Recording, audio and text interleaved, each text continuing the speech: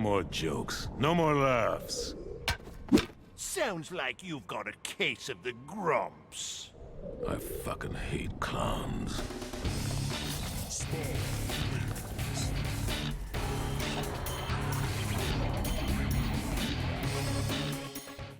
I've been in the competitive NRS space since 2011, right? The birth of DLC in Mortal Kombat, really. And by far, the most requested guest character over the years is Spawn. And for good reason.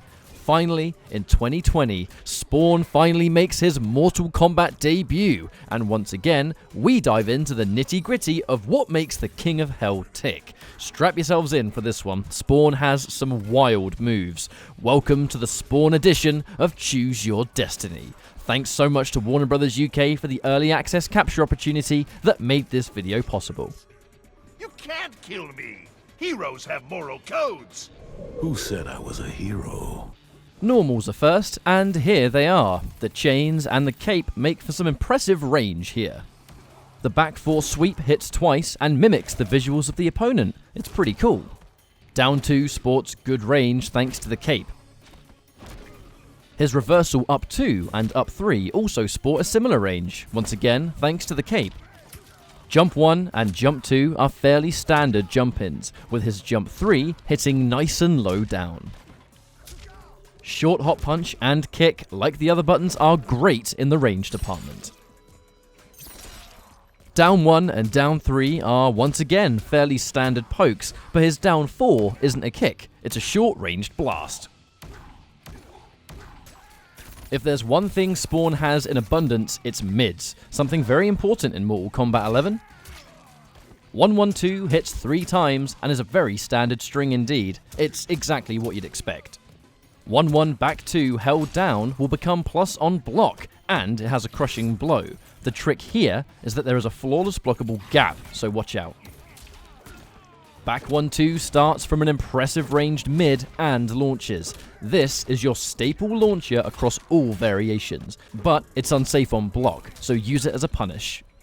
2-4 up 3-2 is a flashy 4-hit string. The final hit is plus on block, but again, the final hit is flawless blockable. An extra note about this string is that you have to input the up 3-2 in sequence. There is no third hit in the string. 2-4 up 3 does nothing. It has to be dialed in all the way if you want to finish it.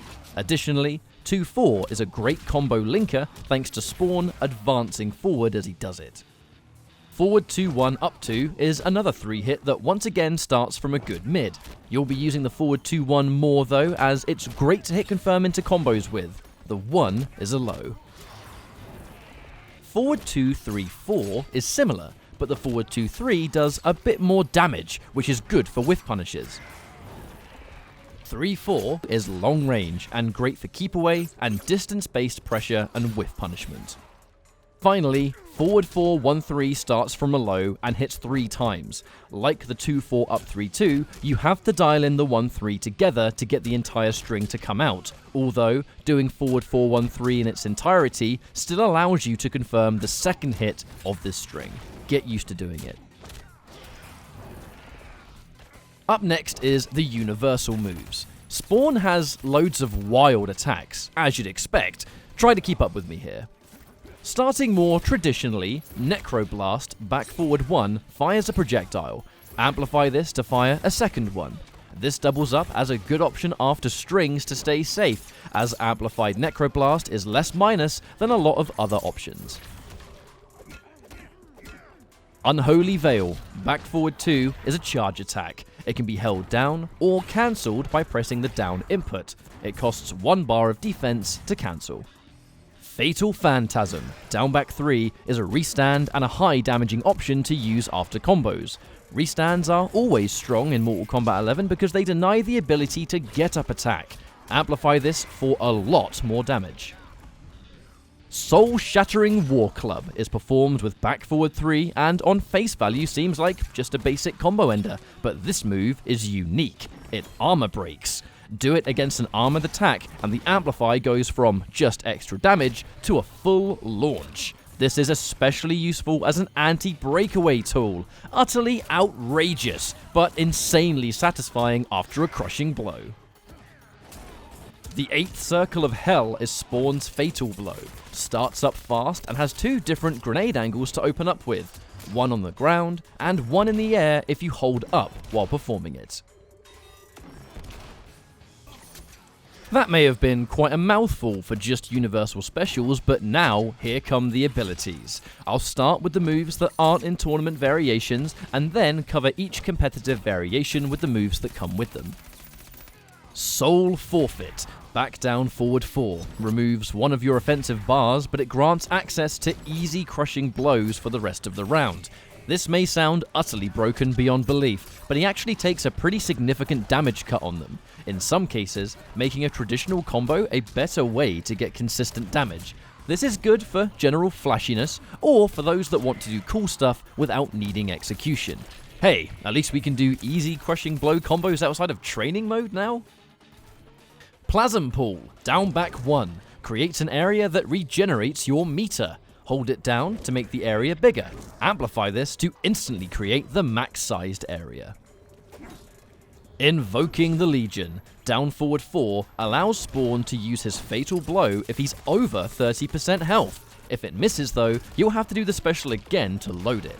It increases its damage if you're below 30% and makes a much larger attack area than normal. Variation 1, From Hell, has the following. Gun Blazing. It replaces your projectile and grants a machine gun that fires airborne. Amplify for more damage. This can be used after combos, and if you launch them high enough, will connect all of the way through. Fallen Angel, down back 4 in the air, is a dive kick style attack. It's simple, and it changes how early you will attack from the air. Blaze of Glory, down back 1, is a low shot that charges first. Amplify this for extra damage. Delay it by holding the input down, and cancel by pressing the down input for 1 bar of defense. This move is a low parry and will crushing blow if it connects. I'll explain how very soon. A simple variation with moves that aren't very complicated. From Hell is a good starting point with the added utility of a low parry. Variation 2, the 1, is your combo variation. The Air Letha Glide allows Spawn to dive with his cape in the air, and is performed with down back 2. It has a regular and close distance, and in this state can do all of your airborne normals. It is fantastic for being tricky on block, but mostly for added combo damage thanks to a double jump in if you have the execution for it. Most notably, Charging Hellspawn replaces the War Club, but is a full launcher on Amplify, giving Spawn confirmable launching combos off any button, something that he doesn't usually have. You can be pretty standard with the combos here, but the inclusion of the Letha Glide allows Spawn in this variation to truly expand on his damage output. Extra jump-ins and different conversions off of all the different buttons. You have to do slightly different variations of your combos depending on distance and the like, but the point is, Spawn's base moveset is already diverse, and the 2 moves acting as great sources of damage are definitely scary for higher execution players. Variation 3, Hellspawn, brings a bit more trickiness to the table. Hell Chain replaces Unholy Veil and is a high grab, but it also doubles up as a damaging combo ender.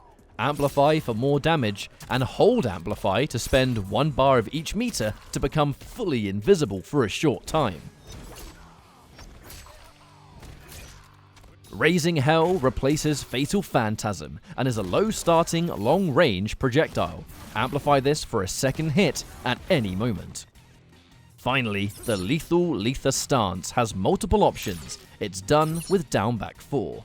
Delay by holding down the 4. Cancel the stance with up up. Release 4 for the up chain. This launches in the corner. Hold the down input and release 4 for low chain. This side switches normally, but amplify for more damage and to keep forward positioning. Hellspawn replaces a lot of his core moves, and it brings a difference in playstyle to the table. Invisibility is always tricky in fighting games, and his long-range grab is something to watch out for, potentially useful for more grounded players. Spawn has a lot of crushing blows, most of which could definitely be scary in the right hands. 1-1 back 2 charged, crushing blows for big damage if it's a counter hit or punish. 2-4 up 3-2, crushing blows if only the third hit connects. It puts you in an automatic hover for combo extensions, and yes, this doubles up with Variation 2's hover. Unholy Veil, crushing blows into a full launch if you absorb a projectile during it. Hell Chain, crushing blows on Amplify if you connect the special while invisible. It does very good damage. Lethal Letha Stance Low Amplify will crushing blow for big damage if you charge it long enough, most likely if you catch the opponent hesitating.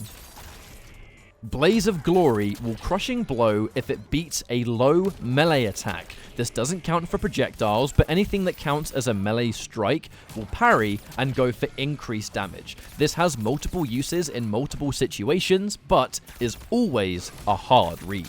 After the crushing blow, you can still amplify this for the extra damage. Finally, and maybe the most impactful for damage, Spawn's forward throw will crushing blow into a stun if you use it with your back to the wall. Usually, players will always try and throw you into the corner if their back is there, as corner positioning is not fun to deal with. But Spawn, should he go for what is usually the less obvious option, now gets immensely high damage output regardless of variation.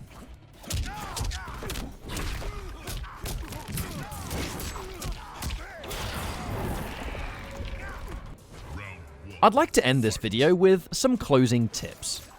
Be mindful of your range. Spawn has a lot of buttons with long reach, and if you're good at hit confirming, can lead to very decent punishment. On block, remember that Amplified Necroblast keeps you safe. Spawn has unbreakable damage for days. In most variations, Fatal Phantasm does a deceivingly high amount of damage off even small combos, and if you manage to get a crushing blow forward throw, well, Variation 2's unbreakable damage can be quite something. Observe.